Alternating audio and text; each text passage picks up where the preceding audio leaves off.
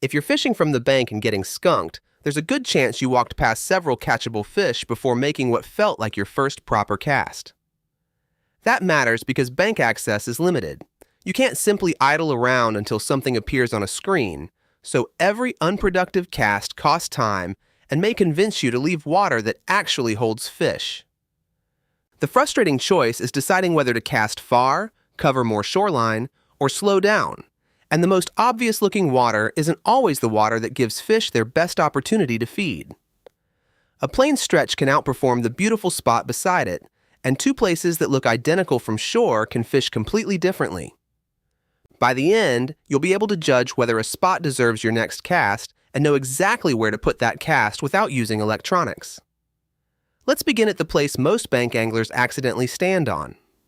Before you approach the water, stop about 1 rod length back and study the edge directly below you.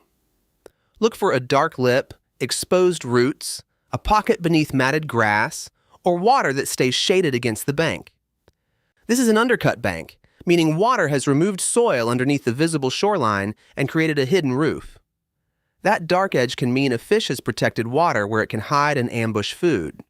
It can also be nothing more than a shallow stain with no depth beneath it. Test it with one quiet cast parallel to the bank rather than straight toward open water. Let a small worm, jig, or natural bait travel within a foot of the edge. Watch for your line to twitch, stop early, or move sideways. If you get a response, keep your body back and work the edge in short sections before stepping forward. If the lure immediately drags bottom or collects leaves, move on after 2 or 3 casts. You've just answered whether the bank itself is usable cover, and now you need to notice what happens when that cover is created by light instead of dirt.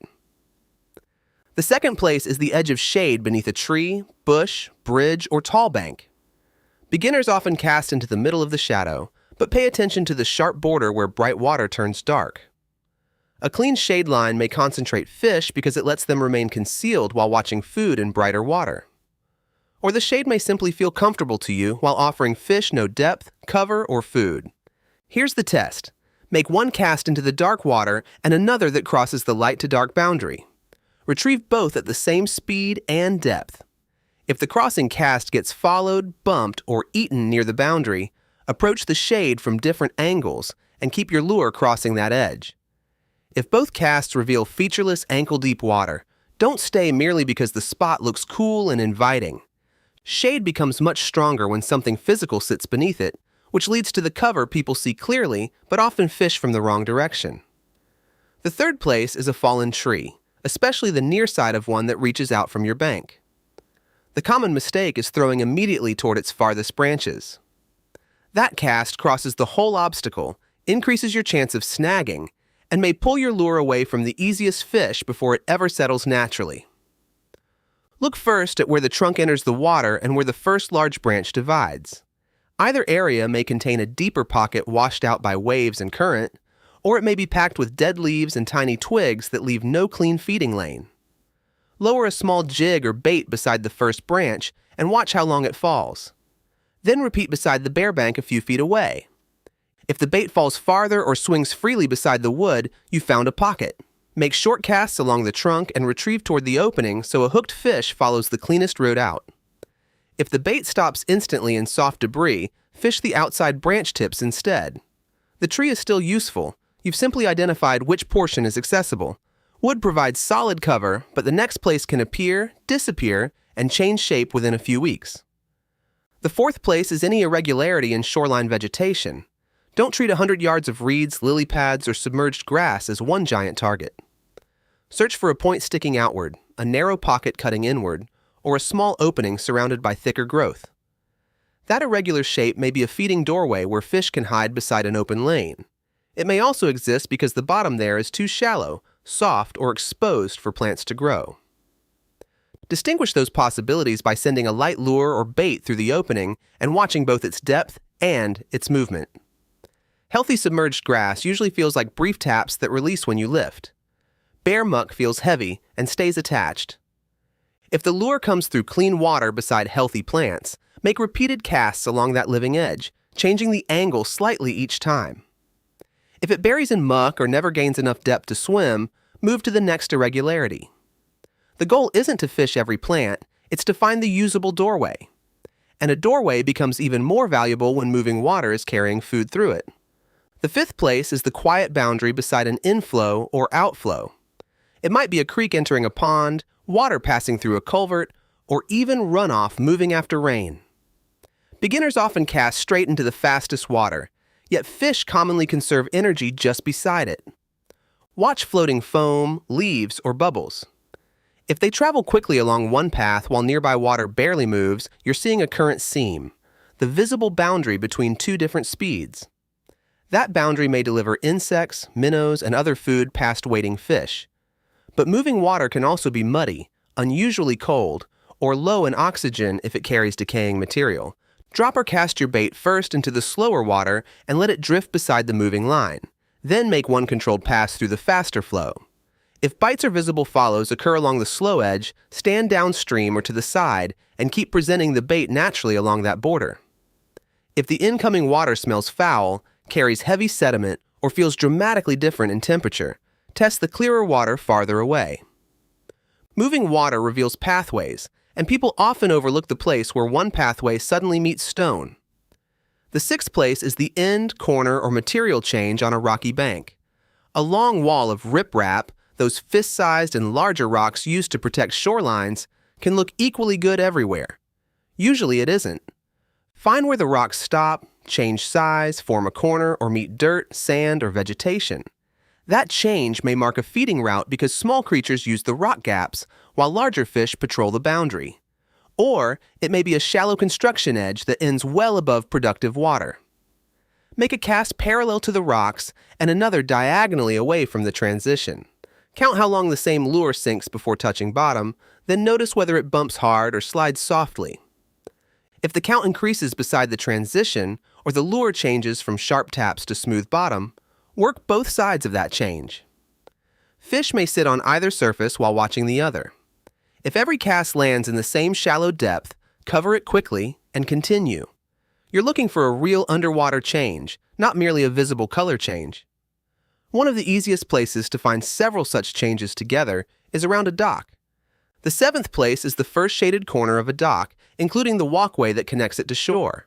Bank anglers frequently aim for the deepest looking outside end and ignore the post close enough to reach with a short cast. A near post can hold fish because it combines shade, a solid object, and sometimes slightly deeper water scoured around its base. But it can also be surrounded by bare, heavily disturbed bottom where people constantly walk, swim, or launch boats. Test the inside corner early and quietly. Send a small jig or bait beyond one post, let it fall on a semi-slack line, and retrieve it past the shaded side. Then repeat on the sunny side of that same post. If the shaded pass produces a bite, a follow, or baitfish scattering, fish the next few shaded posts before trying the end.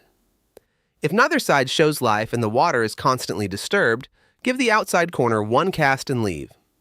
This keeps you from spending 20 minutes on a dock simply because it's there. Posts show you where to cast, but some of the best holding places have no object above water at all.